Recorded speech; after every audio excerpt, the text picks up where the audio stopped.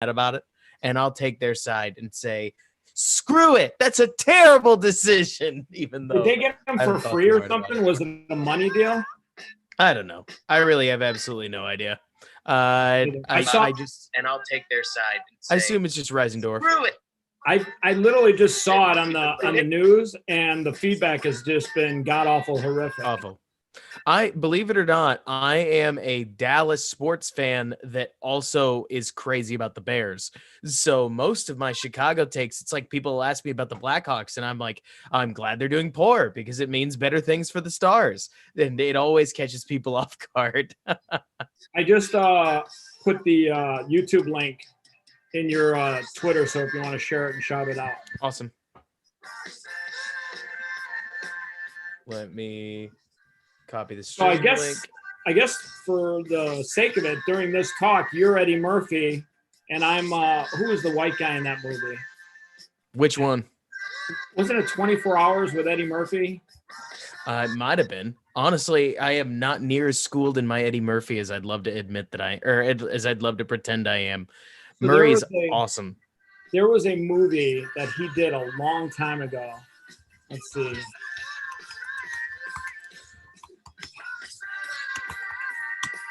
Yeah, Eddie Murphy, 24 Hours with Nick Nolte back in the day. Okay. When as I do share it out, what are we talking about? Like, is it me or is it Bears? Is it both? What are you thinking? It's your story. It's the Bears. It's whatever you want to do.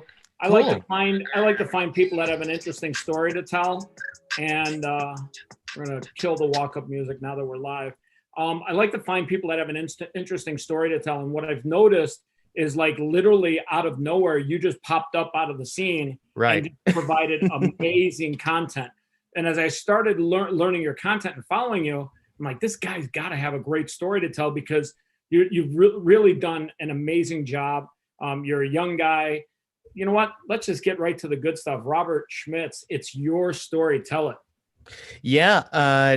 So my story is a funny one because I'm only 26 years old, and I could tell you that I got into talking about sports either early or late, all depending on your perspective. Of course, I started following football. Football is my primary sport, though I grew up playing lacrosse in the Dallas suburb that I grew up in, and I watched a lot of football starting around 2006, 2007. Now, I'm sure you remember that season, and any Bears fan will, right? Because it's when Rex Grossman and the Chicago Bears were going to the Super Bowl with Rexy.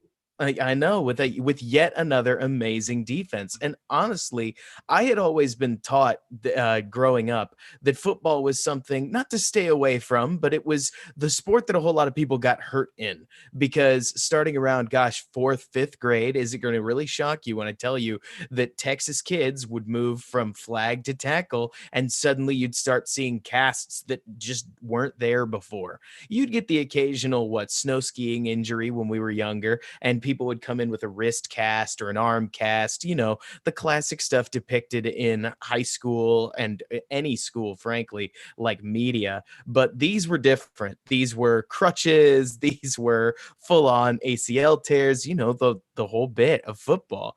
So suddenly, when the Bears went to the Super Bowl, and my dad, who has always been the biggest football influence on my life, was just crazy about it, my mom took the rest of us kids aside and said, hey, we got to support your father. He loves these Bears and they're going to the Super Bowl. And I was like, what is this? So I start getting into the NFL, and I don't know what happened, but something just clicked. I had this, I call it my football singularity, where I went, whoa, I love this sport, and started getting into it just like everybody else. So here at 26 years old, I'm now 13 years into watching the sport. I would say I took a turn around college where I got really mad that I didn't know what was going on. So I started diving in and breaking down more. I went to Windy City Gridiron, the blog that I work at now, and started interacting with the comment section. And people would come at me with these arguments that I was like, whoa, that is really well-developed football thought. Where'd you get those numbers? How does that make sense? What are you talking about? And as I just kept answering the questions that I had, I led up to a point where then, what did you say, about a year and a half ago? I guess that's about when it started. I said to myself, My wife's bored of listening to me talk to her about football. She doesn't care that much. I'm in Dallas. I love this team. So I took to Twitter, started a podcast, and the rest just sort of spilled out of my desire to keep telling more stories because to me, I mean, I don't think there's anything better for a football fan than knowing what's going on. I'll give you an example, right? Matt Nagy is at the moment under deep, deep fire for his play calling. And there are tons of people that are already tweeting at me, still like probably right now tweeting on or at me about how Matt Nagy is a bum. He needs to give up his play calling duties. He's smug. I can't stand this guy. You've seen it. He We've all is been kind of there. smug, isn't he? Like he's He got a is kind little of. bit of Oh, he I'm is. smarter than you are edge. Right. That's darn true. And I'm never going to take that away from him. You know what's weird though? Yeah. Pace has that smugness a little bit about him too. I've got way more, as you'll see if you get me going, I have way bigger problems with Pace than I do Nagy. The best way I could put it is somebody in my comment section, I'll steal their image, but I'll change it a little bit. He talked about how Nagy went and reviewed his play calling and came back and said, I really don't think it's a problem. And it's they likened it to somebody saying, we took a look at the sky all day and we found that it's red, not blue. And what I giggled about is, so when I watched this again to compare it to exactly like how my journey's gone, if you didn't realize how many execution flaws this Bears team had, you probably would think the play calling looked absolutely awful. Okay, but so answer me this: what would Bill Yeah. Belichick use to describe the Bears' offensive play calling? So I think Bill Belichick would call it confused.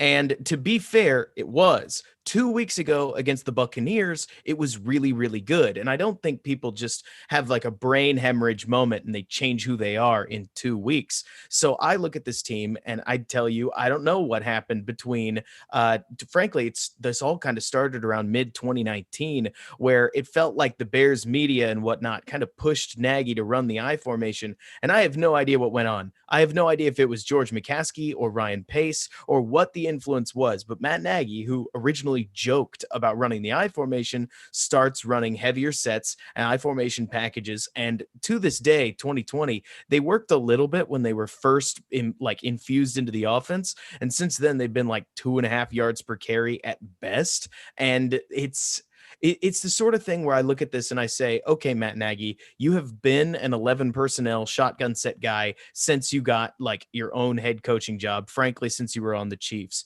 Where is that going? Because whenever they go to 11 personnel, did you know, Chris, they have 5 yards a carry in the run game. And that's like on 37% of their 11 personnel plays. So why don't they use it more? That's a great question. It's a question I'd love to ask, but instead Bears fans tend to glom on to the fact that when we do line up in 13 personnel, 12 personnel, which for those of you who've made it this far and you don't know what that is, that means one running back and 3 or 2 tight ends, depending on whatever the next number is, then they're not getting yards in that set because they're clouding the box. And that breeds its own philosophical issue. But basically, I keep going back. If I was to hammer Matt Nagy, because I think he deserves criticism, that's the thing.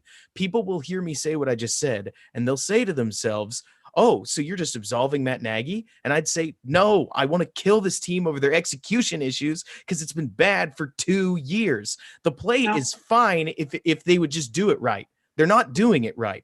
That's where I get frustrated. It's not that handing it over to Bill Lazor would fix anything. That's where I think teaching people and showing them what I'm seeing might help everybody if you do see it my way. Because when Matt Nagy looks back at people and says, I really don't think play calling is the problem, he might actually be right because the plays he's calling have a much higher ceiling than what's actually getting put on the field. And a lot of them, I mean, you've seen it before on the Chicago Bears, especially over the last 2 years, just to call it like it is, 10 men do it right and 1 man does it wrong. And that's a bigger problem to me than play selection right now. Though, don't get me wrong, there's some offensive philosophy stuff that we could get into, but that's like so deep under the hood that I understand it being a little different than when somebody says, I can't believe we called a pass there instead of a run. You know what I mean?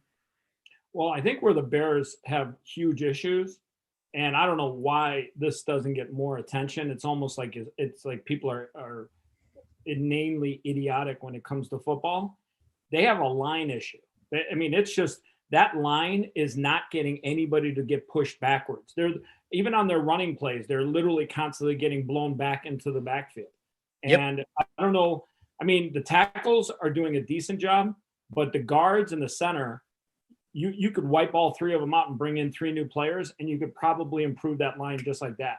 Yep. My favorite way to think about that kind of thing is that I say to myself, okay, so if you took all the names off the back of the jerseys and you covered up their skin such that there was no way to recognize these players, how would you know the difference between the current Bears starters and straight up guys you got off the street? And honestly, there's a point, especially with the way Whitehair's been playing recently, and James Daniels is actually having a pretty good season before he got hurt, where Yeah, it's starting. Daniels was good, and they were able to run between him and Right. Leno and Mhm. effectively. But Exactly. when he's gone, and Whitehair, other than being able to accurately snap the football, which by the way is very important, It's in an shot- improvement for him. Yeah, that's an important thing. Other than being able to do that really well this year, he is constantly getting blown off the line and shoved 2 yards back. That's one of the reasons why the Bears literally they have to. And when they didn't sign the kid from Buffalo, that's now about to sign with Cincinnati. I don't Which, know. by the way, Cincinnati's going for it all, man. Oh With the yeah. move Why they're wouldn't moving. they?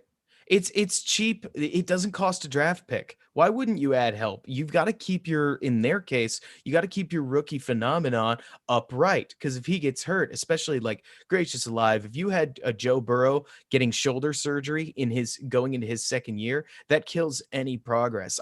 You understand the thought What process. do you think about Joe Burrow? I think he's looked really solid. There are a lot of people that are complaining a lot about his issues throwing like deep, and they say he's just an intermediate and short thrower. And I look around the league and I see a lot of teams that they don't even have that. The fact that Joe Burrow's able to manage the Cincinnati offense as well as he is and keep it floating the way that he has is impressive. And we'll see if he ever gets incredible. And I'd be lying if I said that I got to watch tons of tape. Like I don't have the ability to break down other teams near at the level that I do the Bears. It takes me long enough to get into the Bears, because to get into more story aspects, what I think people don't see is that I still ask the same questions to, frankly, other smarter people than me that everybody asks me almost every week. Hey, by It's the way, just for the record, there's Yeah. not that many people smarter than you on Twitter about Oh, come on. You guys just don't know where to find them. Well, I got There's news for you. I can probably name 5, but after that, you're in the top 6. Well, thank you so much. That's really kind of you. What I try to do, because I think this is key, right, is it's easy to say, and that's not a call out, that the offensive line play needs to be better, right? But then I try to ask the question, how does it get better? And I need to, because I needed, exactly. I need to know, because if I can't answer the question. I got to talk to you about this. Yeah. This has been driving me nuts. I actually DM'd Akeem Hicks on this. We talked a little bit about it. I'm going to tell you something. Yeah. I think he's open to the possibility too. I think the Bears would be wise to take Akeem Hicks and put him in at guard and let him play two-way football for a while. It hasn't been done in forever. I'm not kidding you. You put Akeem Hicks at guard, that running game all of a sudden gets a lot better. Probably. I mean, if he's got the stamina for it, why not? One thing that I've always thought is interesting is that if you watch a lot of wide receivers, plenty of them can play defensive back. Maybe not as well as a true DB based on personnel. You know, you laugh, but it's the idea. It's the idea of what you play against is a position you have to learn almost as well as the position you play. So in Hicks's case, does he have perfect blocking technique? Well, at least he knows what the defensive tackle is going to do. And so if he did play two-way football, he probably could be fairly effective, except he'd be needing oxygen like every single time he did. Well, that's what I'm saying is let's let him have a break on first and second downs on defense and bring him in on third down on defense. Then when the punt is kicked, bring him in for the first 2 plays on offense and then let somebody switch in. I think it could be done periodically. And I'm not kidding you. If he was playing guard for, let's say, 20 offensive plays a game and 15 of them were running plays, we'd average a better than 45 plus more yards behind that. Him and Massey on the right side, they would just plow people over. You got to think so. I mean, again, if you, or especially if you like formally flipped his position, I don't know if he's got the stamina for it. And I wouldn't blame him if he didn't. He's a 330-pound man. But either way, He's a you're svelte highlighting something. 330. That's a svelte 330. Oh, yeah. You're highlighting something I think is really key though, and it's that the Bears need help at this offensive line position. It's not a matter of just improving technique Well, they don't need because it everywhere. The tackles are okay. It's they you need can it in the middle. right. And you can get that help somewhere. That's where I'm curious to see what Ryan Pace is going to do at the trade deadline. Because Well, I think he's fucking it up everywhere because all the good linemen have already moved. There's one guy in Atlanta, their center. He's on Alex Mack. Yeah, 30 years old, final year. He's been doing phenomenal this year. He's been an all-pro for years. Yeah. He's a great center. And from what I'm seeing, you could have him for a 6th or 5th round draft pick. Come on, man. So right now, based on the cap analysts that I talked to, it sounds as if teams are valuing cap space literally more than ever because we don't know what the 2021 salary cap is going to look like. So that means that at this point, like you're talking about, Alex Mack could potentially be had for fairly cheap because his contract isn't that cheap. And sure, you'd have to finagle it. What is his probably contract? It's not that much.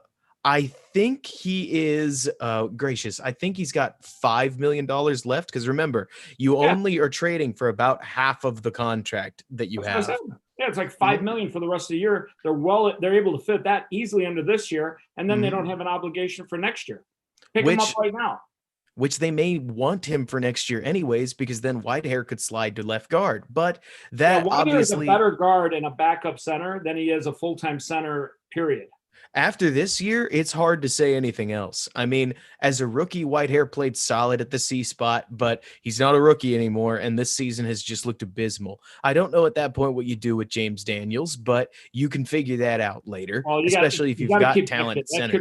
That kid was opening holes like crazy. Maybe you move him to right guard. I have no idea, but you could experiment with it because you know what? When you have some talent at offensive line, that's the first thing you need, not just like on a football team, but you can't scheme up blocks. You can, and I don't want to, a whole lot of Shanahan disciples would get in my mentions if I said that too loudly, but it's more just like what I'm trying to say is that you can't make everything so easy for Rashad Coward that suddenly he's dominating Aaron Donald. Past a certain point, it's just guy on guy. Let's talk about your Cowboys for a second. They're having a fire sale.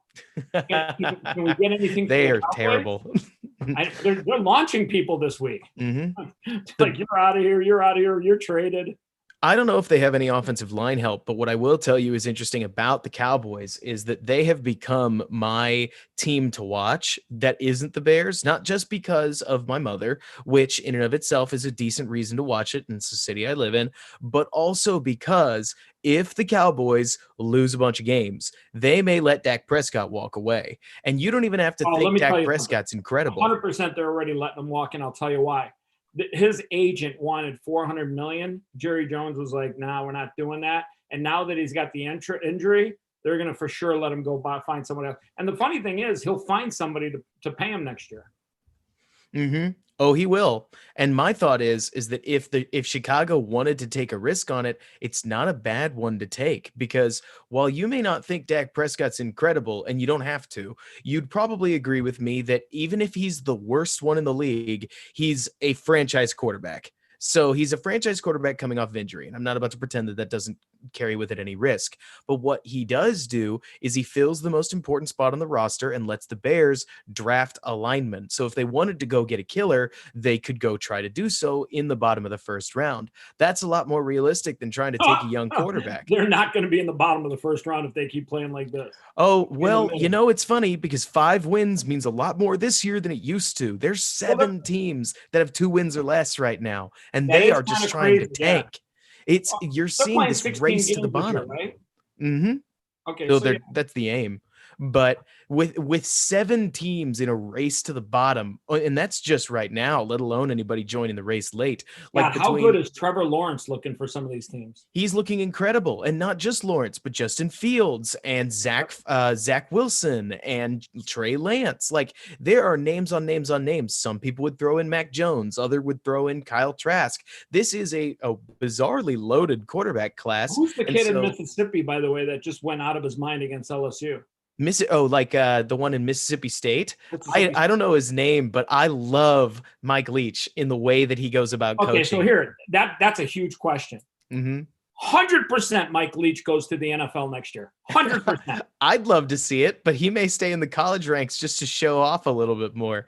I don't think he has to. I think what he's His doing at Mississippi State and what he's done throughout his career, 100%, you put him with an offensive team, that guy will light up the NFL. his air raid is incredibly fun to watch. It's one that I want to study deeper because I want to understand what that mind is producing in terms of a football acumen.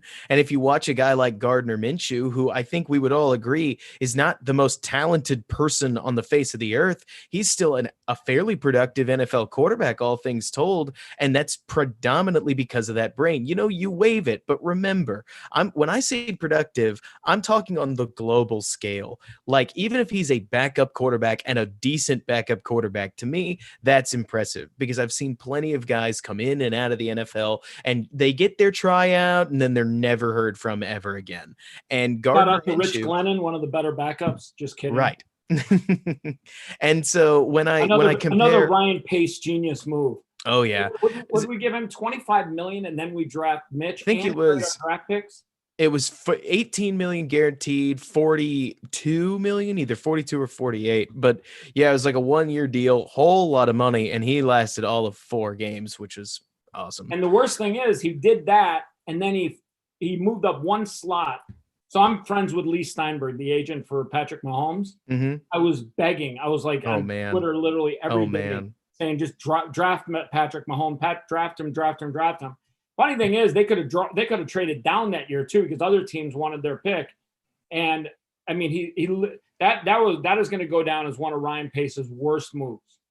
Oh yeah, I mean it has to, right? It's just they thought they knew what they were getting in Trubisky. He didn't have quite the years to prove it because I could go back and lecture anybody on how good Mitch Trubisky's like 1 year in college's tape did look. It did, but he was against ACC competition, and as we saw, it didn't really hold up in the NFL.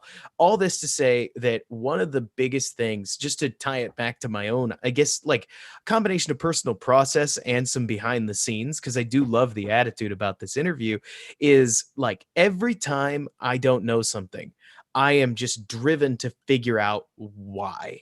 So when it came to Trubisky, why did he look so much better in 2018? Then throughout 2019, why is things getting so bad? With Anthony Miller, is he out of position? What's he doing wrong? Because it seems like he's got all the talent in the world. He doesn't have all the talent in the world. You should watch the way he runs some routes. He is incredible. Routes. Here's what football. Here's why teams like the New England Patriots win consistently. It doesn't matter of your physical skills most of the time. It doesn't matter about that. It's all about winning mindset. And that kid's mind, he doesn't even pay attention half the time what's going on in the game. He is not mentally in the game. Miller, I think he's more worried about his touchdown dance than he is worried about what's going on in the game. And that's another thing too, is the one thing that the Bears are sorely lacking right now, and I'm glad that they've got Foles as a leader now, is they have to find somebody that's going to wake this team up and get their mindset right. Because here's something interesting that I don't think people talk about play calling. It's not so much that the play calling is bad. It's the play execution is bad. But what's hindering the Bears offense right now, and especially Foles, is Nagy. And I don't know if somebody's going to have to shake him and tell him, listen, you can't get the play in and give the quarterback 10 seconds to hike the ball. It's better if when Foles says, fuck you, I'm going to speed up the play. We're going to go right to the line. When we do the hurry up offense, I think it's because Nick decides, wait a second, we just got to get the offense moving faster. And the one thing Nagy likes to do is when they're starting to get some success under their belt and they're starting to move, he all of a sudden like eats up the clock. And, I think he maybe overthinks it. And then he gives a play with like 6 seconds left. And then Nick's there. When you got 6 seconds left, the defense is like, okay, 6, 5, 4. They know when you're going to snap the ball. And that's the other thing. I know Foles is irritated with that because the one time when Nagy, I think he called a timeout or something, and they were marching. Tampa Bay game? Huh? The Tampa Bay game? The big kerfuffle on the sidelines? Yeah, it was like, well, there was at the 20-yard line. They were moving the ball. He was doing the hurry up offense. And then all of a sudden, Nagy like timed out. He came to the sideline. He's like, what the fuck? And then I think they ended up doing a field goal instead of a touchdown. They've got to get into that rhythm. And that's the one thing that Foles, I think, is going crazy over. Oh, I think so. But also, this is where I look at all this and I say, we like to act as if coaches or as if the NFL kind of started yesterday, right? Like Sean Payton is Sean Payton and he's always been Sean Payton. And we don't go back to early Sean Payton. Same with Bill Belichick. He doesn't count as the coach of the Browns. He is the coach of the Patriots. He's always been the coach of the Patriots. He's a great coach. And okay, well, Robert, I got one for you. How about Akeem Hicks at running back from John 02? It worked. He did score a touchdown as a running back. That was back in 2018 against the Giants. He plowed one down and got it in on 4th and 1. All right, let's agree right now that Akeem Hicks is the best player on the Bears. Period. He's so fun. Better than 50 Deuce.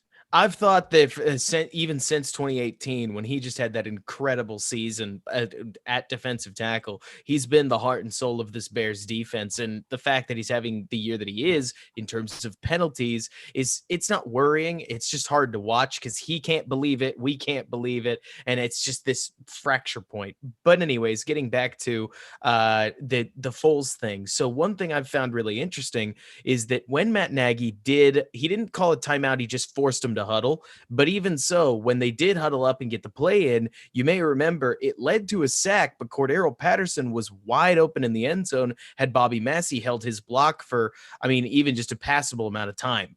And I say that to point out the duality of what's going on in this offense, right? So Foles wants to hurry up, which he's probably not wrong. The hurry up offense had been moving along. Matt Nagy wants to get a specific play call in for a situation. That play call works technically, but in the real world, it gives up a sack partially due to execution issues. So who's right and who's wrong? Well, if it had worked as a touchdown, nobody'd be complaining and there wouldn't have been a fight at the sidelines. Everybody would have high-fived and said, way to go, everybody. But instead, because the tackle blows a block and Foles gets hit and the Bears kick a field goal, there's an argument on the sidelines and everybody has a lot of learning to do.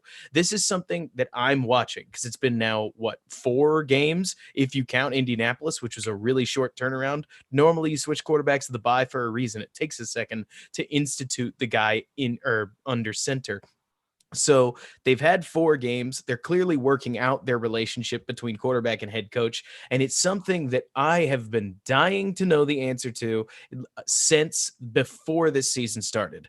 Is Matt Nagy a good coach play caller? Because I need evidence. Mitch isn't enough for me, like the Mitch offense, because there are too many issues that I could point to and say, that one's probably on the quarterback. That could have been done better. That one's probably on the quarterback. Well, let's agree. Mitch doesn't have the football IQ. It doesn't seem like it. And here's the other thing about Mitch. He gets scared. Like there are times where he's very afraid in the pocket. And fear is something you can't have. Yep. One thing I got to give Foles, he is no fear. He is cool at all times during the game. He rarely loses his shit. Now, when he gets angry on the sidelines, that's good because I don't think Mitch ever could have that same talk with Nagy because he just doesn't have it in him.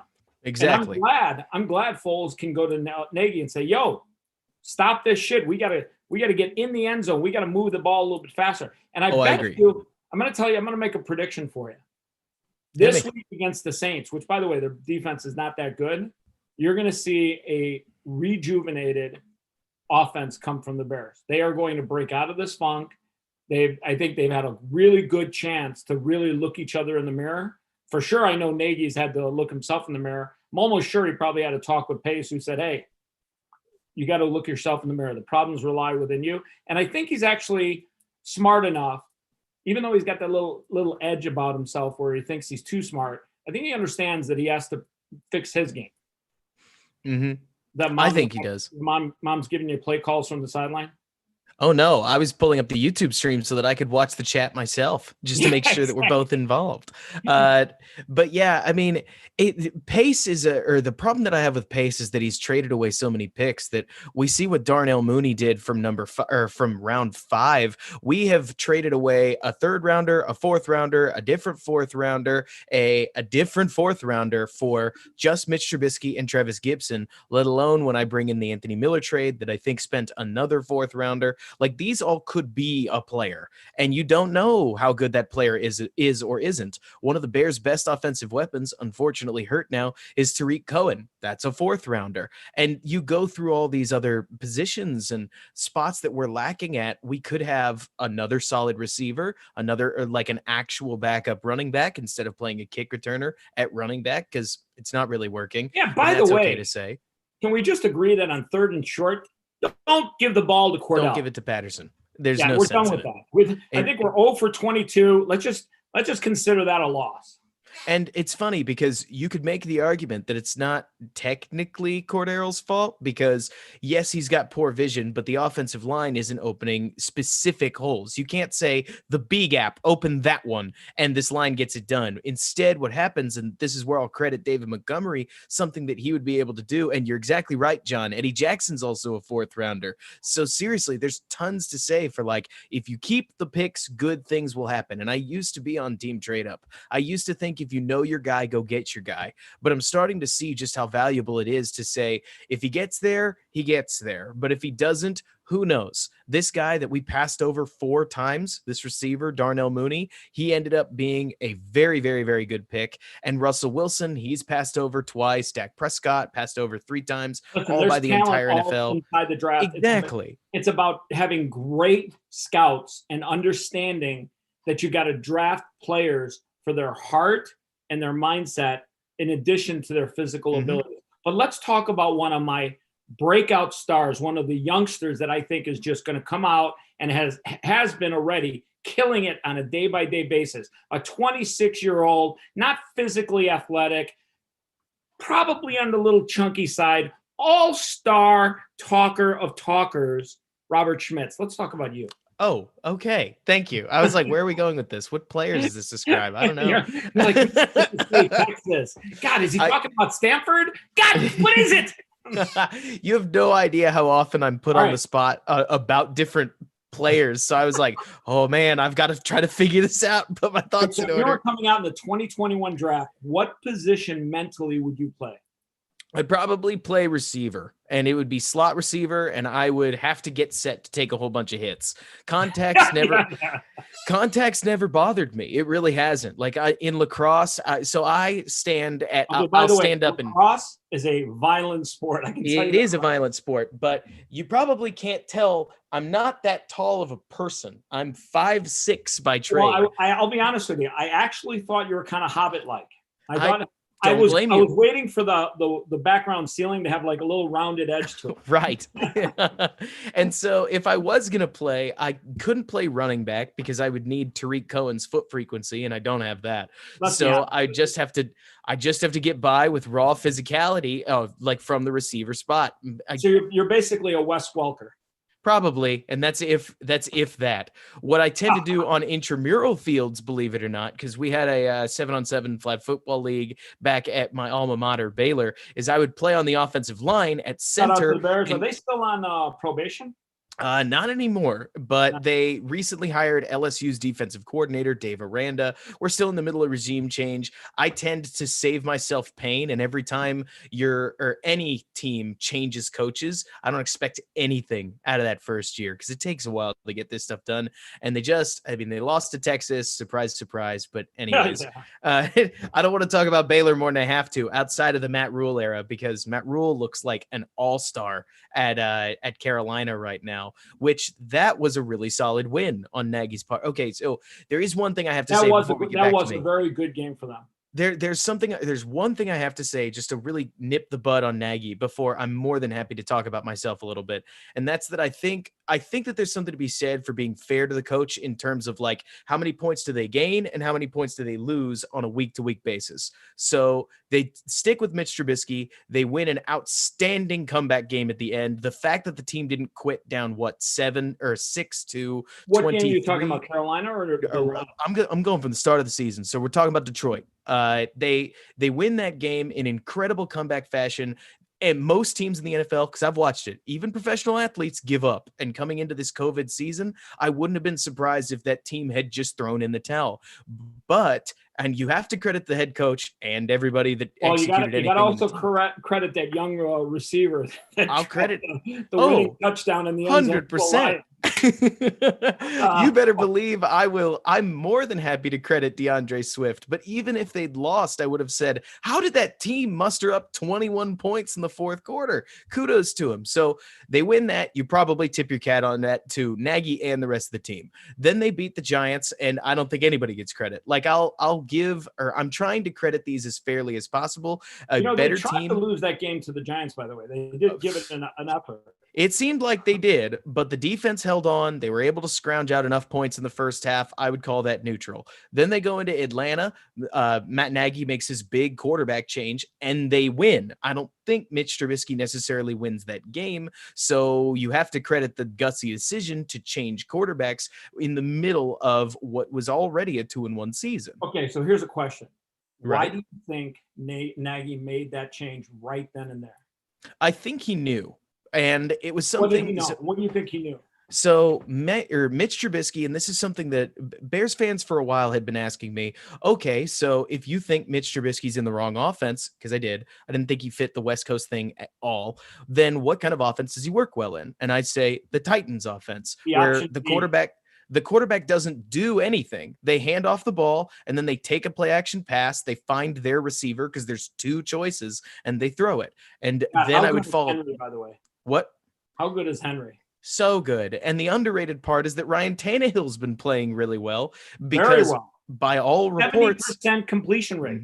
When you can give an accurate quarterback like Tannehill or Jared Goff a wide open option, they will look good, and credit to him. And as I'd always tell Bears fans, if there's one problem with Mitch Trubisky, it's that I don't know if he's accurate enough to even make that work, because if you can't hit the throw, there's no point. And so then Robert, we've got a request for you to be a backup quarterback for this week. If I could see over the offensive line, I'd love to, but I'd need a lot of practice reps. That brings me to another point. Yeah. I am shocked. I thought for sure he was going to be the bust of all busters. Kid in Arizona. Kyler Murray? I mean, I'll tell you. I don't know if you've seen his hands up close. I don't know if you've They're not big. What do you mean not big? They're small. I know. Small. But he could slip on the ball. He's got touch. And I know for a fact he can't see over the offensive lineman. He's just guessing where those guys are at. But he is playing out of his mind good. Absolutely. So it's funny. I told a whole bunch of people exactly like you're talking about, and I'll tell you the story that was told to me, right? That I was worried about Kyler Murray, and that if you asked me, like, gun to my head style, is he going to be good? I probably wouldn't have told you yes. And you can call me a doubter, as with plenty of others, but the story that I had heard that I carry with me still today is that there's an old tale from the Giants locker room, right? And the Giants draft war room, they're getting set up for the draft, and one of the running back scouts is banging the table for a diminutive 5'5" player whose name I cannot remember. And so the GM at the time looks that scout in the eye, and he says, what while back, the year doesn't really matter, because basically what happens is he says, the GM looks at him and he says, okay, here's the thing. I want you to go and print out a list of all the guys with that hand size and that 3-cone or less and that size overall that have been successful in the NFL. The guy went, he did his research, he printed out the list. It was just Barry Sanders. And the GM knew that. So he looked that scout in the eye and he said, if he's not Barry Sanders, then no, we're not drafting him. And they didn't. They passed on him. All this taught me is that measurables matter. And Murray was the shortest player because real reports are that he's around 5'10", even though he's listed at 6 foot. There's no way he's 5'10". Even whether he is or isn't, the point is, like you're saying, that he would have been exceptionally short. And sure, he had the athleticism, he had the arm accuracy, but we hadn't seen a quarterback that short be successful in the NFL. So credit to Arizona. They took their shot and they rewrote how it works. That's okay to do. If Well, you they also drafted a great O-line, and they went and got him, this guy from Houston. I love Cliff Kingsbury. I think Kingsbury's awesome. I'm And I telling you. think Kingsbury's going through the same issues Matt Nagy is of trying to not only find himself, but figure out what is and isn't working. Think about it. The 2018 offense for Matt Nagy was easily our best year. Like I have no issue saying that the creativity on offense was boundless. We were able to run the ball with receivers, with quick screens, with Jordan They had a Howard. much better offensive line that year too. They did, but they also mixed up the play calling. And when Mitch would struggle, they would go into a shell of an offense that still actually got touchdowns. How did in the world did we score what we did against Seattle on a 2-interception day? How did we put up 15 points against the Los Angeles Rams? These are diminutive numbers that aren't going to make any Bears fan go, yes, we did it. But at some point, like we saw against the Buccaneers, you do need to get the ball in the end zone, and you don't have to do it 40 times a game. You just have to do it enough. And that's one thing that I've seen with Nagy, that in 2018 he showed he was much better at doing than he did in 2019. That's for darn sure. But here in 2020, he's got to find an identity. Obviously, the Bears have to get better. I doubt that's going to shock anybody. And he's basically, I think anyways, 2019 was a year where Mitch was on a tryout and he failed. This year, it's Matt Nagy. He's on a tryout. It's got to get better. And he's got a little bit of time because he's 5-1. We easily could have been 3-3, 3-4, 4-3. We could have been a lot of other records, but he's 5-2. Apologies. Tyler is 5'8" and heels. I love that. Are those Louis Vuitton heels, the whole full 6 inches? The full stiletto heel, maybe. I'll tell you, those would be pretty hard to run with. That would be wild. Let's talk about one of my favorite up-and-coming. The kid is basically a pure genius coach. Robert Schmitz has a chance to come into the NFL. Are you going to take a coach on the offensive side and run the offense, or are you going to take a position as a defensive coordinator and run the defense where the real men are?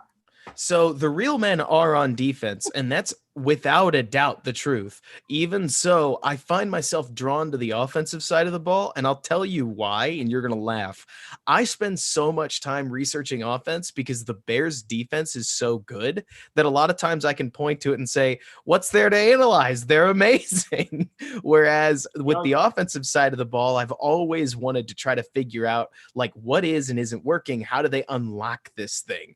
And because of my study with offense, it's helped me with my defensive analysis to say that play is actually going out to the, so you may remember if you watched the Rams game, I'm sure you did, that there's a play early in the game where on it must have been 3rd and 6, the Rams kicked a quick screen out to a wide receiver who ran the ball back inside, and everybody kind of went, what? Why would they do that? That didn't work. That doesn't make any sense.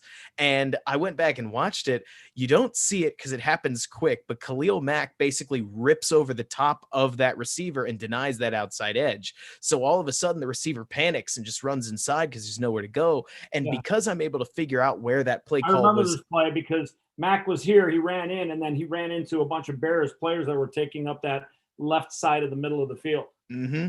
And so as soon as he does that, he denies that quick screen, and it looks like a terrible play call. There are a lot of people who would say, why would you run a wide receiver tunnel screen against this Bears defense? But it wasn't intended that way. It was just blown up by a good defensive player. All right. So you're an offensive coordinator. Probably. Whose offensive philosophy do you emulate the most? I'd probably mix McVay and Reed. I am, and it's because I've read so many books on Matt Nagy's offense, trying to really understand it, that it's what I know the best at this point. And I love a lot of what McVay is doing with a driving play action attack, where you wouldn't even say the Rams offensive focus is their running game, but from a schematic perspective, did you know they run play action? Running game was a beast. It was a beast. There was one play where the offensive line, I think a lot of the Bears DBs, including Eddie Jackson, who just stood around, thought the play was going to be called dead, and they just ran and rumbled to it for like 12 yards. Yeah. I think they came up like at the half-yard line. That made me so mad because I've seen way too many defensive players get penalized for basically playing until the whistle gets blown, especially on stand-ups like that. But instead, they let the play go. And I was livid because, again, Akeem Hicks later, he ends up getting a penalty for quote unquote jumping on the pile right after they'd let a guy stand there for 3 seconds, not moving. And his progress or his forward progress was obviously gone, but they let it keep running. And I was like, that's how people get hurt. Like, I get that the Rams picked up more offense, but that's dangerous. How bad are the referees this year when Akeem Hicks is one of the most penalized players in the NFL? Which, by the way, for the record, for as big as he is, if he falls on the quarterback, he's actually trying really hard not to crush him. But they're like calling this league has gotten so bad from a referee standpoint over the last 2 seasons. It is impossible to watch sometimes the plays that they're calling on defensive players. Like literally crazy. Oh, and it's not just the penalties that they are calling on defensive players. It's the penalties they've stopped calling on offensive players. They want an offensive league enough. Did you know that holding is down like halfway in the league? They're calling half the holds they used to, and it's not because the holds aren't happening. It's because they're just not calling it. Fans have basically phoned in. They hate seeing 20 flags a game, so we don't anymore. We just holding's allowed now. And it's kind of sad, of course, because we're a defensive football team. We kind of need those flags, but they aren't showing up. And it's really, I mean, the Bears are going to have to figure out a way to play around it. And not to mention on offense, I'll say it if you won't, I wouldn't mind if they held a little more if it's going to be allowed, but we'll get there when we get there. At the moment, it sucks watching defensive football change the way that it is because the NFL seems to prefer 37 to 34 games. And in Chicago, 34 points means a team got spanked. In the modern NFL, that might just be a normal football game. Yeah, I mean, the league clearly wants quarterbacks to be bubble wrapped and scores in the 40s. So that is true. Hey, let's talk about you again. You're young. You've got great intellect into the game of football. Have you ever thought about doing a paid group where you could literally give bettors your insights right before game time, say on Saturdays and Sundays? You know, I've thought about something like that, but there's so many things. I prefer to analyze what does happen because to me, predictions are so complicated. Think about it this way.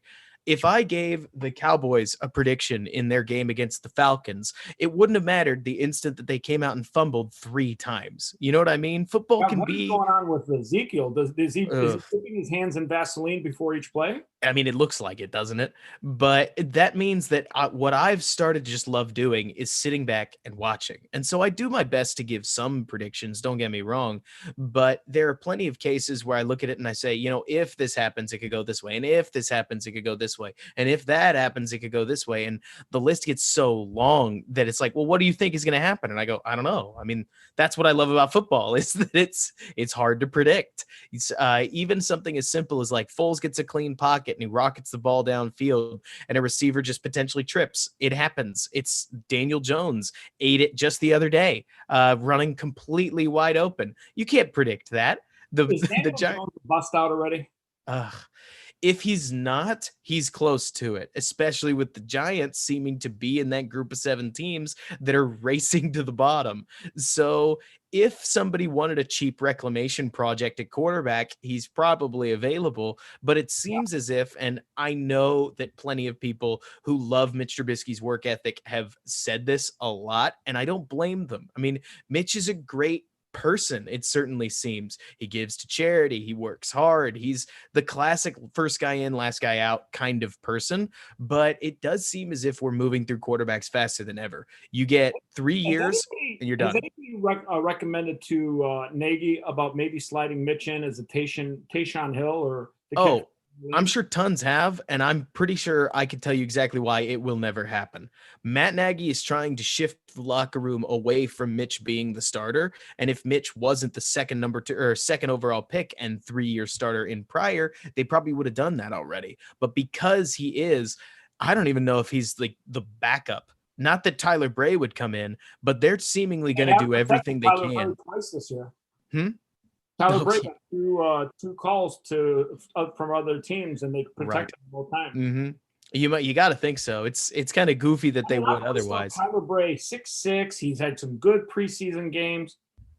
I would say, if the time came where Foles was injured, I'd love to see Bray play. I'd love to. It's that's the question, right? Because in my opinion, with their current attitude on Mitch, because like you're saying, there could be unique packages where you pull Mitch in. Frankly, he's probably a better option than Foles is on some of these 4th and 1s or 3rd-and-1s, where if you just brought him in to run the zone read or something like that, at Listen, least there's the a next quarterback short running threat. line, the next 4th and 1 that we get, we better see number 96 lined up as a fullback and just stick that ball in his breadbasket and have him just go straight over Garden Center.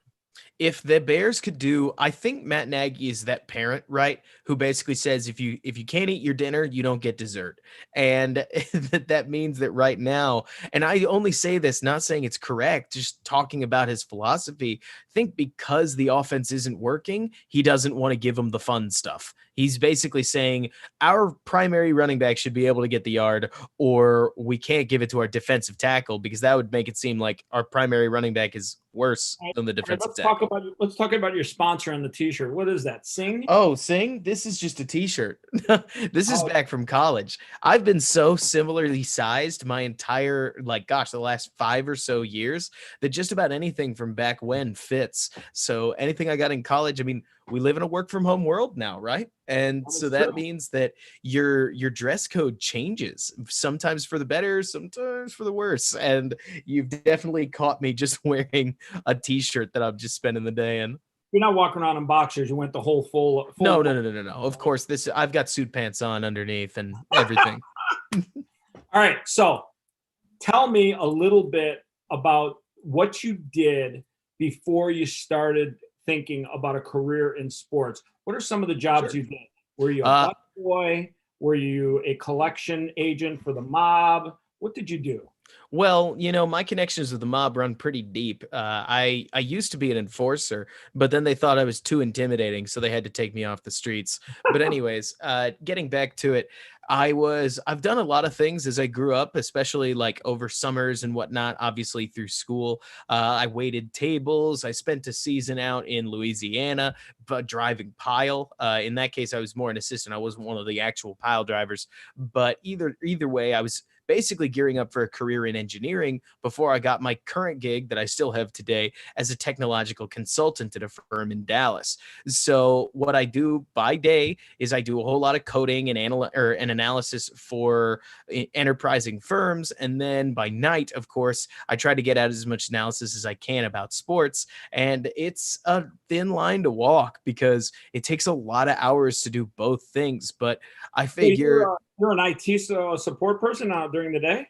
not support, more that I do actual code work for firms that don't have coders themselves, basically. What language? So all kinds of languages, basically whatever language it is that we were or that you work in, we tend to just jump in and learn. So it doesn't That's really interesting matter. because my background is in software security, and I've actually been doing blockchain development for the last That's awesome. 9 years. Yeah, so I've worked in Java, Scala, all those backend languages, React, if different front end languages like TypeScript. I've started mobile development recently. They pull me all over the place, and so I just So keep mobile, learning, are keep you working growing. in React? React is yeah. So I've done React.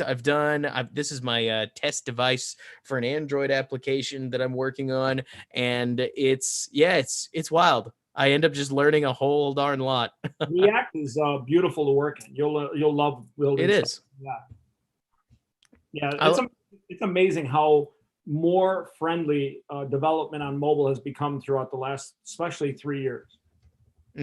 Oh, I mean, we're all on our phones basically all the time. It's why, as much as people are like, oh, what are you doing? Like, you spend all this time on Twitter. Can't you do more on YouTube? And I'm like, no, because as corny as it sounds, Twitter's where a lot of the like big heads around the nation like read their information, as silly as Well, it it is the sounds. centralized, fastest way to get news and information. It's the Twitter. It is the sports and politics social media. And while I love one end of it, the sports part, the politics part definitely gets a little draining on my personal opinion. I mean, I am a Texan that reads a lot of Midwestern opinion, and you'd better believe that means I get the whole gamut of All political right, so spectrum. here's a question. Oh, don't ask me about politics.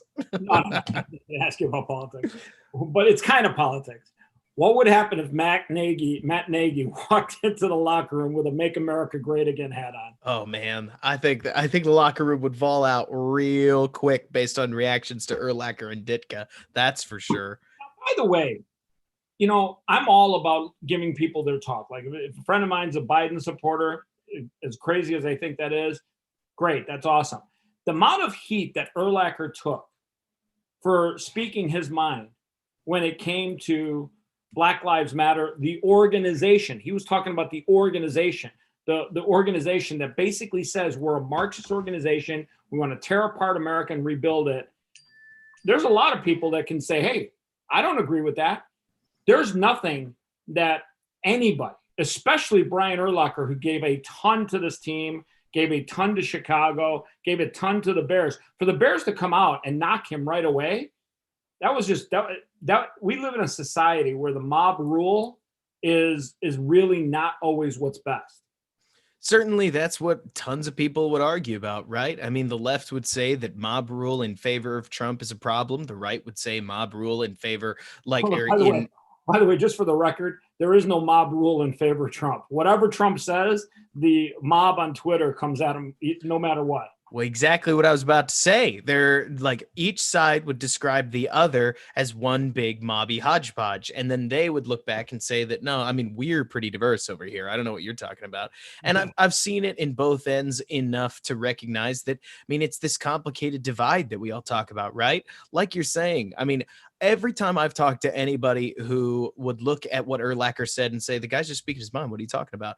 I think we would all agree that Urlacher's talking about an organization that has a lot of disagreeable principles. And then you talk to anybody else on the other side of the aisle, and they tend to say, nobody's talking about the organization. We just want you to say that Black people matter. And that's when a whole lot of people, of course, the three words that really get people firing. They would respond with, all sorts of people matter. What are you talking about? And then we're back down the rabbit hole. It really does seem as if misunderstanding is incredibly common. And for crying out loud, if I think that sometimes it's hard to read through my own mentions and comments when I say something that might, for instance, be construed as Matt Nagy positivity or a different side or understanding or criticism that's a bit more nuanced, and somebody says, no, he sucks, you're wrong, that's stupid, then you better believe it gets even worse when it's a matter of like something political and people really feel like things are at stake. All right, let's talk about something really important. Does Urlacher's fake hair make him look weird? I thought he looked great as a bald guy. I don't know where that went. The cue ball look was good. I don't know why he went with hair, but the fine skull, and then he went and shellacked it with some fucking fake hair. Mm-hmm. Ever since I've seen those billboards, I live in Vegas, by the way. So I grew up in Chicago, lived there most of my life.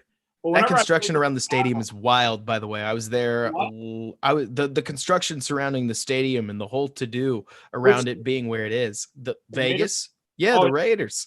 Well, the crazy thing is the stadium is amazing. Like I've had a chance to go in it. I've had a chance to go see the skyboxes. I mean, it is technologically a well-designed stadium. It's not SoFi Stadium, by the way. I was at SoFi Stadium. SoFi looked beautiful. Let me tell you something. That place is amazing. Amazing. But I mean, the Raiders Stadium, when we get past the election and all of a sudden COVID is just the flu, and we start going back to stadiums and we start going back to checking things out and having camaraderie and all the fun things come back, that stadium is one that I would tell you to go out of your way to visit and see. That they did a really good job on the Raiders Stadium. And the funny thing is, they're going to have world-class soccer here too. Manchester United and some of the other big teams from around the world. So, I mean, I'll be interested to see, there's a big population of Mexican people here in Nevada that are maniacs when it comes to soccer and boxing. And if they get a soccer game in that stadium early next year, which I think they have plans to, watch how packed that stadium gets. I bet you it'll be SRO easily. Oh, I mean, it looks awesome. And not to mention, I think sports stadiums, and especially the new ones that are getting designed and built, they're just starting to look prettier and prettier and prettier. And it's not by any means new is always better, but sometimes it feels almost borderline. It is like SoFi Stadium, the shots that they showed of it, it looked beautiful. It looked almost haunting in its own way because obviously people weren't Well, in buddy, it. you want to talk about So pumping? Shout out to Darth Vader and the architectural team that built the Death Star, which is what we call it here in Vegas. I mean, okay. if you take a good look at the Allegiant Stadium, which by the way, how did Allegiant Airlines get the naming rights? Like that I don't airline's know. horrible, like horrible. Mhm. But anyways, it is definitely the Death Star. I think at one point we're going to find out that the hood opens up and we're able to shoot a beam and destroy the moon at one point or something. 100% Darth Vader was involved in some of those design meetings. It'd be there for the spectacle, right? Because if you blow up the moon, everybody gets to go, ooh, before the pieces come crashing down. Well, it turns out there's water on the moon, and it looks like the Blackhawks are going to have the first on ice event at the moon. They're going to be playing that. That'd be, ice hockey on the moon would be wild. Imagine some of the way those pucks would kick. Not to mention, I don't know how it would Well, interact with ice. like when the goalie's like floating above the net, and you actually get an empty netter because the goalie didn't forgot to put his gravity boots on. Right. It would. Which, by the way, let's talk about a goalie for a second. Shout out to Robin Lerner, got his 5-year, $25 million contract. Great human being. I don't know if you know Robin, but used to play for the Blackhawks, plays for the Knights now. Has a great story. He played outstanding. Oh my God, 4 shutouts, 4 shutouts out of 6 games in the playoffs. Those are some great games he played. And he looked awesome. Yeah, he kind of he helped the Stars along. I didn't feel like he had a fabulous series there against Dallas, but hey, you can't win them all. That's all right. And he'd had a crazy run up to that point. They also didn't play good defense because the Stars, they had 2-on-1s, 3-on-2s almost every time coming across the blue line. So yeah, I mean, hockey is another real man sport. There's it's probably the greatest sport other than football. I think it's so much fun. What is your second and third favorite sport other than lacrosse? Well, it's funny because I feel like lacrosse is a high schooler's game.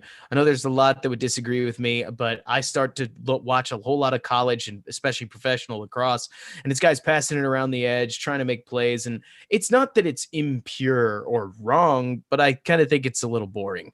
Compare that to the frenetic nature of high school lacrosse, and high school lacrosse is, I wouldn't call it a spectacle, but it's really entertaining and high energy, much more like the sport of hockey. Out there, and I've seen some of the highlights. That shit is ridiculous when they do the between the legs behind. Oh yeah.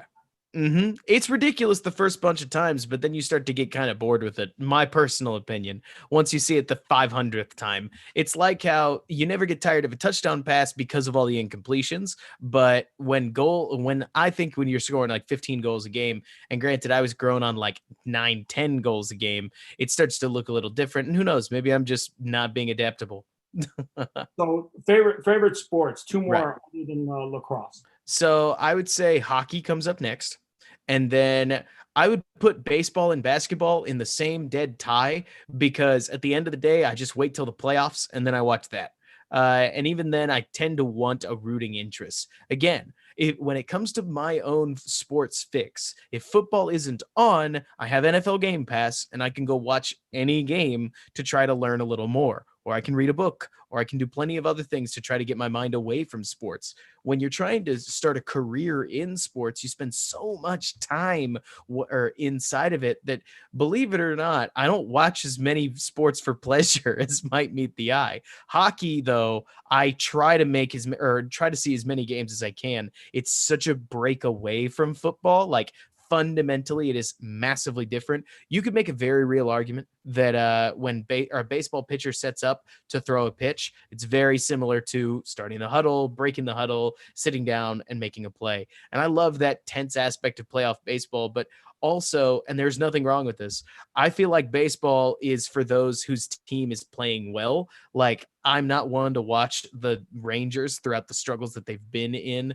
just kind of stink for almost now going on a decade after the 2010 and 2011 World Series. And so baseball has been one that I keep, maybe I'll take a look at how the Rangers are doing, but then I'll get away from it. Great. All right, so let's talk about you a little bit. You've seen Sure. platforms like Outkick Sports really take away some of the market share from ESPN, who struggled over the last 5 to 10 years. What are some of your favorite sports information sites, the things that you consume? So I tend to watch breakdowns from people who know more than me, where they want to talk about technique and Baldinger. what? Oh yeah, Baldinger. I Baldinger. watch Baldinger is the best.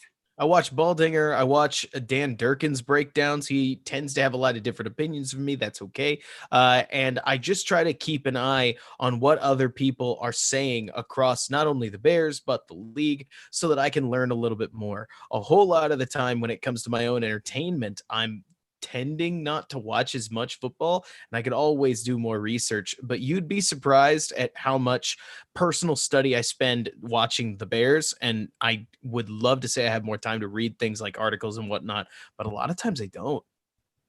Well, that's fine. I mean, I think you like to get you. I'm 100% sure you're reviewing game tape and rewinding it. You should do some of the stuff that Baldinger does, where you take a piece of clip and literally rewind it and play it and show people, hey, this is where the Bears did well, and then this is where the Bears suck holy fucking hell between both guards and center.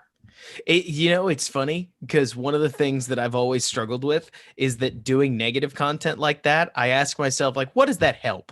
And it's not that it's so I tend to be my most negative when I think that the people or the thing people are being negative towards is incorrect, if that makes sense. If I ever did one of Baldinger's, I take every running play that they've called for Cordell Patterson on third down, and I'd break it down. And I'd be, let's break it down. Here's Cordell Patterson, a really good kick returner in the backfield. The defense probably knows he's getting the ball. Now, let's watch how they open up no holes for the guy. Exactly. Look at that. You already did the breakdown. Every one of those plays, Cordell sees there's no opening, and his first reaction, because he's a kickoff return man, is to go wide and look for an opening. Yep. And then when you go wide on short running plays, you realize, fuck me, everybody's wide. Nothing's there. Yeah. They need to stop doing that, and they need to find somebody that hits the middle really good. And I just don't think it's Montgomery. I think they've come to the reality Montgomery's not that middle of the line guy. And we'll see. You think Miller's going to be an improvement? I don't know. He's a 30-year-old running back, which is always its own question mark. But I think that certainly adding him to the roster could provide some juice. Do you follow Matt Forte? Matt Forte is awesome. He is a physical. He's the Rock of former running backs. He's become the Dwayne Johnson. He looks amazing. He looks incredible. Like if he signed a contract right now to play this weekend for the Bears against the Saints, I'm actually thinking this guy will get like 120 yards. Like he is just a rock of a human being. He looks like it too. And gosh, I wish we could have him back on the Bears right now, because in this kind of spread out offense, I really think he would succeed. But again, by the way, how surprised are you at the unbelievable shout out to not my sponsor, Charmin Soft Hands, of Kmet? Oh, he's been rock solid in his contested catch opportunities, and I always think that that's something to somebody's credit. A lot of my other friends would point out and say Kmet's not getting any separation, and they're not wrong, but if you can consistently make contested catches, you can at least bridge the difference between what your traits. Has 2 pillows for hands. It sure seems like it. It's like all you have to do is put the ball close to his hands, and they're like little soft pillows that hug the football. He's hauling them in, and he's hauled them in. Like 3 targets in the whole season. Like, throw the ball to the kid. I don't know. That's a great question, and it's one that I would love an honest answer to, because when Matt Nagy says Kmet needs more snaps, I don't think he's kidding. Like, I get the impression that at the moment they just have Demetrius Harris over him on the depth chart. Good God. Oh, yeah. How is he on this team still? I don't know, but that's what I said about Rashad Coward too, and here we are. Never put an offensive lineman with the name Coward, Sissy, or Baby. Like if there's a guy out there named Julian Baby, do not hire him for your offensive line. You'd think it would be that easy, right? I mean, it's a red flag and it's literally on the back of his jersey. But even so, all joking aside, I think personally that Kmet has shown he can handle Harris's reps. And I don't know if it's a playbook knowledge thing. I don't know if the offense is just overcomplicated. There are so many things that because we don't have access to a playbook, we don't know. We just take our best guess All based right, on what we so think we can let's have get. a little bit of fun. Right. I want you to give nicknames to some of the players that don't have nicknames. Komet, give me a nickname. Well, it's funny. I don't feel like Cole Kmet has given himself like a standout trait because obviously, like Darnell Rocket Mooney makes way too much sense. He is everything that you could ask of him. You could probably even come up with something else that includes his physicality on blocking, but we could stick with Rocket. Wait, physical and blocking? Oh yeah. Mooney is a much better blocker than meets the eye. Just because he's at his stringy 180-pound frame doesn't mean that he's not putting all that weight into somebody. I think he's getting weighed with pads on, by the way. Exactly, but you'd be shocked at how physical he is. And of course, I actually thought Mooney was a meth head when I first saw him on the field. I'm like, really? That kid a few cheeseburgers because there's like literally he's so small and thin and raily. I'm like, holy fuck. Exactly. But hey, you know what? Sometimes that physical size doesn't make you a good blocker. Rashad Coward will teach you that, and so will Darnell Mooney. But with Kmet, I think if you give him a couple games, especially if he gets those Harris related reps, he'll start to establish himself. I think old reliable would fit, but he's not there yet. Obviously, he has to actually become old reliable. But he could inhabit that very Jason Witten-esque role of, hey, I don't know how you got there. It didn't look fast as you did, but there you are in open space. You caught the ball, and we moved on. When he gets the ball too, he was like trying to plow over those two DBs afterwards. He's 21 years old. He's plow Kmet. Snowplow. There we go. That works. That works. Snowplow. All right, let's give the other rookies some nicknames. You gave Mooney the Rocket. Johnson. Johnson, oh gosh, you could call him Mayweather, you could call him the champ, but his hands make him seem like a boxing related name would fit a whole lot. Because I think we call him Money Mayweather then. That works. Jalen Johnson or Jalen Mayweather or Jalen Money Mayweather Johnson works. So I think it's going to be, Money Mayweather Johnson. Jalen Money Mayweather Johnson. By the way, for all the shit that I give Pace, that kid is a great pick. Stud. Mooney's a great pick. Kmet, I think, work out to be a well above average good pick. So, everything that you're saying is exactly where I think people get confused about Ryan Pace. They say, well, take a look at this last draft. Are you not happy with the crop of the players that we got? And it's like, I am. But we also didn't have a first or third round pick. Like, think about that for a second. Yeah, he shouldn't be allowed to make any more trades, by the way. That's the thing. I think I hate to say this, but I think why am I drawing a blank? 50 Deuce is Mac. Yeah, I think Mac, as great as he is, I think he's also going to be overrated on the back end of his contract. Like he's already showing signs of like slowdown. It's tough, right? I mean, especially in a league that's basically allowing holding at will. Edge rushers like Khalil Mack aren't making near as much noise as they used to. Think about this for a second. The Tampa Bay Buccaneers had Shaquille Barrett, and if you know who he is, you know he had like 18 sacks last year. Did he do much against the Bears? Not really. Yeah, is it because Shaquille Barrett was a beast last year? He came out of nowhere too. Was it because of holding? I didn't necessarily see it on the tape, but it's more to say that edge rushers now more than ever are in a problematic space where it's tough to make that impact, especially with the ball getting out faster and faster and faster seemingly every year. Those defensive backs shine even more this year because if quarterbacks have time to throw the ball, and these defensive backs are playing outstanding football. Like, I mean, Johnson, Fuller, even Eddie and the other safety, number 36, I think. Tashawn Gibson, 38. Yeah, he is really. I'm telling you, he's played extremely well, also against the run, especially. He has. I mean, he's been your absolute standard veteran minimum ad that comes in, does his job. It's not super pretty, but you know what? It works. All right. So, if you were going to give a nickname to Ryan Pace, what would it be? Oh man, it'd be Big Spender for sure. It's not that he picks. It's not that he picks bad players most of the time. I don't think a lot of Ryan Pace's selection process is super flawed. It's what he'll pay for it. So trading up for Mitch Trubisky, trading up for Anthony Miller, none of these picks in a vacuum do I have a massive issue with. But when you spend extra capital and are wrong, it makes it look even worse. Like we talked about. It's like he hates those first round and second round picks on draft day. They just seem, yeah, especially with the skill position players. He really loves those guys who do something well, so to speak. And I certainly hope that he's able to understand value a little better going forward because the Bears could really use it.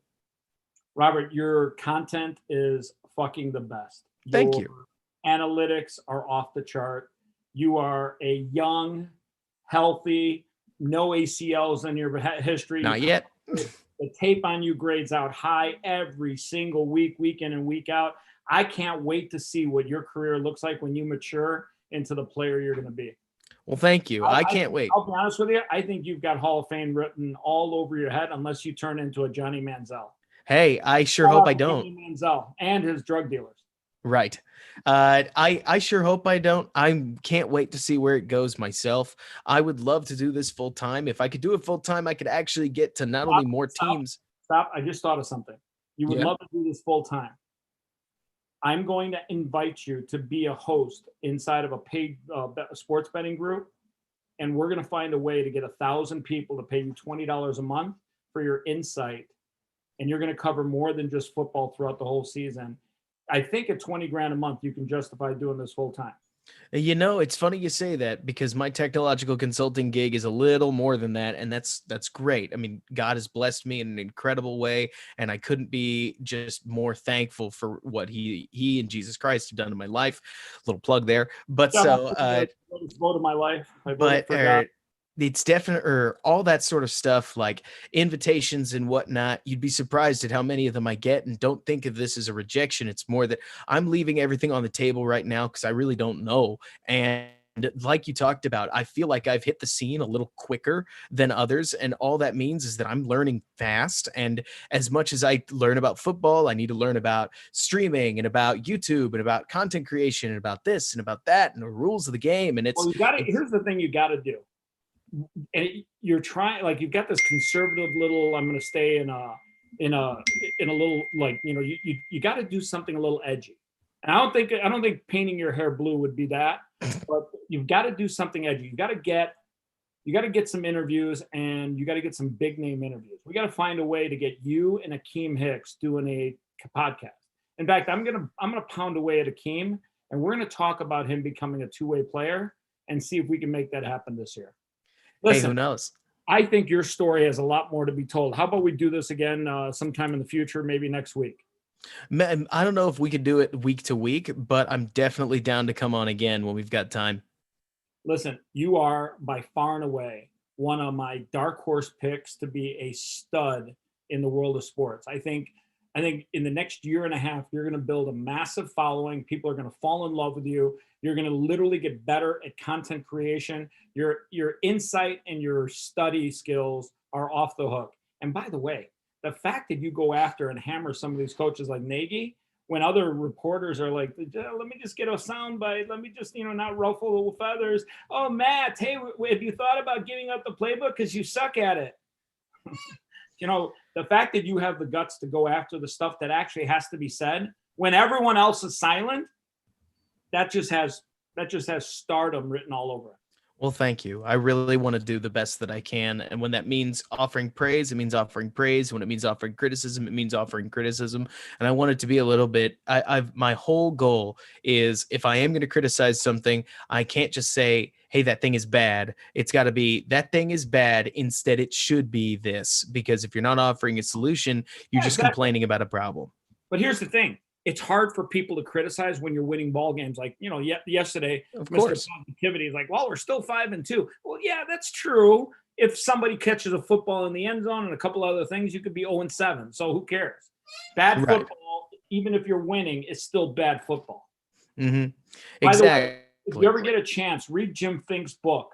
He was the former general manager of the Chicago Bears, built the 85 championship Bears team. One of the best GM philosophy books you'll ever read. If you get a chance to read it, highly recommend you read it. he talks about building teams for championships. And he talks about, games are won with quarterbacks and receivers and running backs. Championships are won with linemen. And he was one of the biggest influences in my life. I've learned a lot about football just from his book.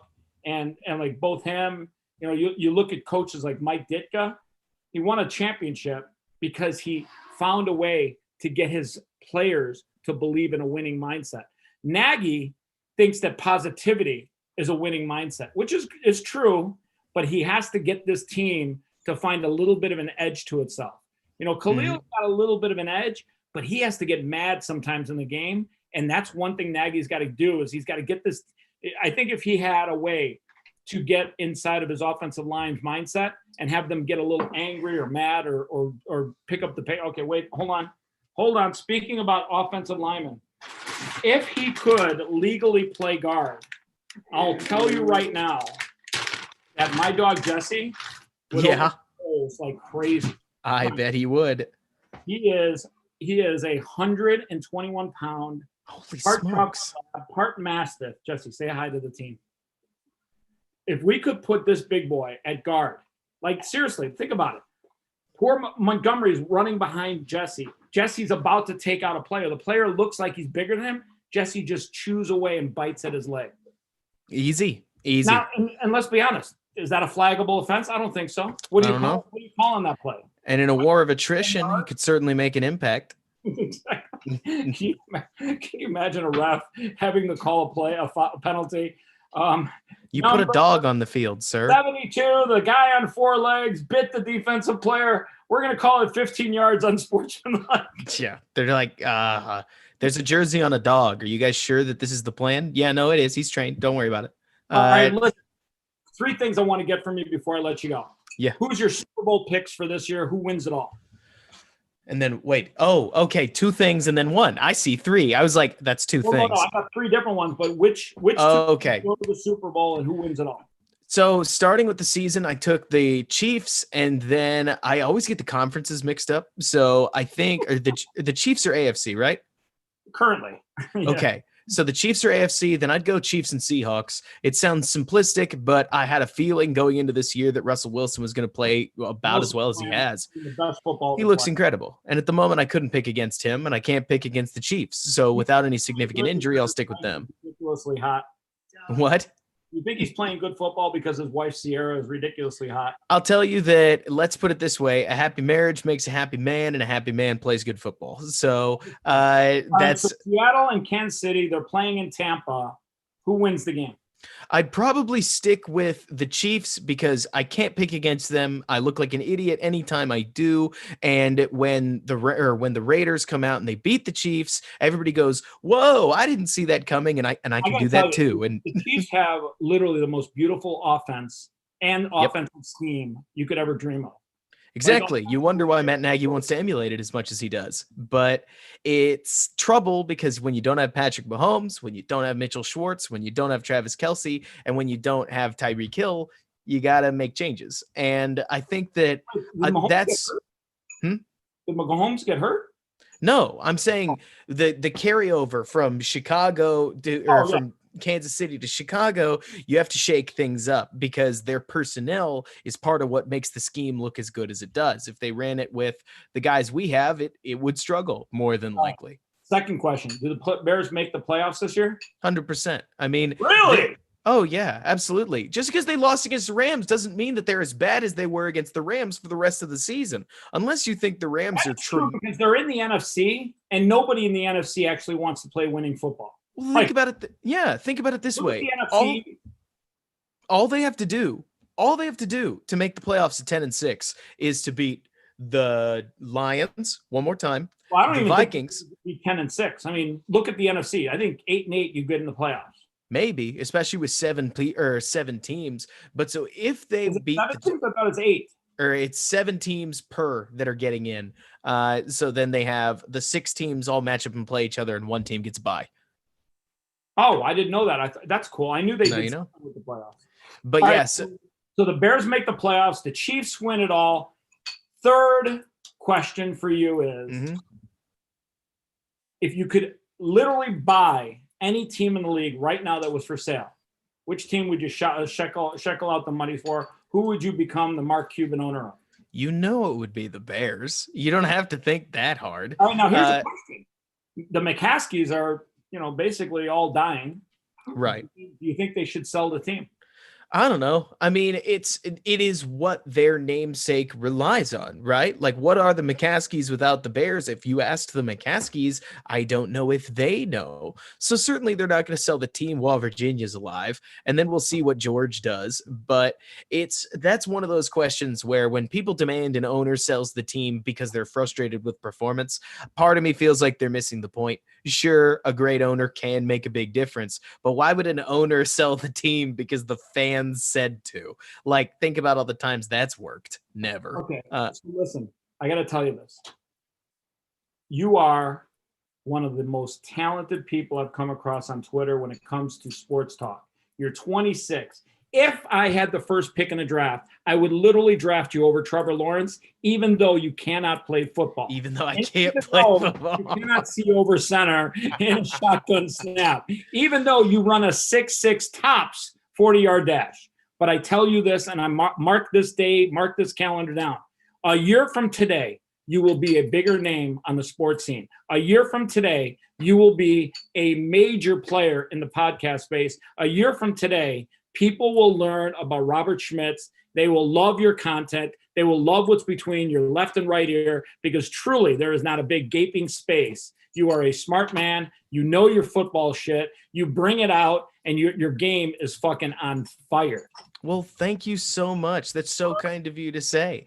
I really love putting it together, because when I looked around, like, part of the reason I got into videos in the first place was because I couldn't think of a better way to explain it. It's kind of hard to walk through film on podcasts. Like, what am I going to do? Say like, all right, pull up your Game Pass subscription, go to this play, and let's watch through it. Did you catch that happened? And people are going to be, no, what do you mean?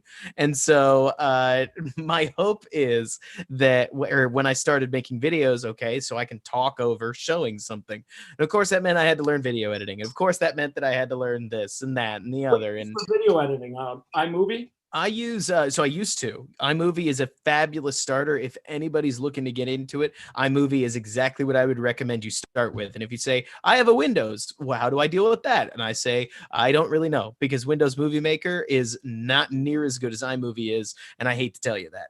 But then when I stepped up a little bit, I moved to Adobe Premiere Pro, because Adobe allows you to do a whole lot of very minuscule things that if you're first starting, it's probably too much for you. I don't mean that as a challenge to anybody's intelligence. It's more that I'll throw some words. I don't know if you've done much video editing in the past, but if you're trying to learn what a keyframe is at exactly the same time that you're just trying to cut some clips together and talk over it, it's a lot to learn, and it's going to be incredibly daunting. Being able to learn the structure of making a video before I jumped into Premiere Pro really helped me out. And then I was able to do more things like green screening and this and that and the other, and make a lot of the content that I make today.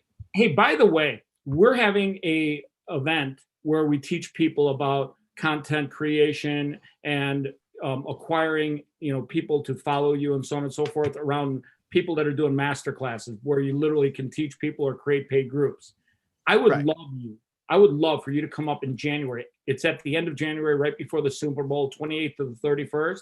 We have 2 private dinners. We have an onstage speaking session all day Saturday. I'll send you the link. I would love for you to come and do a half-hour talk about any subject matter you want to on how to build your brand, because I think that you would be able to teach people so much, because you've done such a good job in literally a short window of time. Well, thank you. I'll shoot me the link. I'd love to take a look at it. I'll check with my wife. We'll see how things work in terms of January. Wait, you got a wife too? Of course I have a wife. Oh my Absolutely. God. You're crushing it. What can I say? You have a puppy? I have a cat, so same difference. But we're just gonna forget that for a second. What I'll tell you that I'll never understand is that cat people like dogs and dog people hate cats. So I will look at your dog and tell you that is a beautiful dog. What a wonderful animal. And you'll look at my cat and be like, I'm gonna pretend you didn't say that. Here's the thing about cats. They don't even like people. Like dogs. No, they don't. You go up to a cat, you're like, here, kitty. It's like, get the fuck away from me. How But come if you you wanna spend months and months and months loving on it, it does start to turn Okay, if around. your I cat was hope. a football position player, what position would she play? Oh gosh, my cat right now is when he wants to fight you, he will fight you. So I'd put him at He's defensive definitely on end. the defense. I yeah, like when he's feisty, he's feisty. He's either defensive back or defensive end, and I think defensive end fits better. He could edge rush. So you're actually recommending that Khalil Mack get some claws, maybe sharpen his nails. Oh, that would, I mean, let's be honest, it would do some damage, wouldn't it? Khalil Mack had like the Black Panther glove. He started clawing A lot up. of offensive line would be getting out of the way of that. That's for sure. Can you imagine the ref going, I don't know what to call. Like, I don't know if it's a penalty. He's just got claws. It's not in the rule book, Jerry. What am I supposed to say? Listen, I have had a blast, man. Send me all the links where everyone can find you. I'll post them underneath the video. Yeah, sure thing. I'll get a chance to know you. Keep doing you. Be yourself. Let people fall in love with Robert Schmitz. Come out. Be audaciously successful. Be massively out there. Speak your mind. Do not let anyone muzzle you. Absolutely. That's the goal. All right, brother. Say Awesome. goodbye to everyone.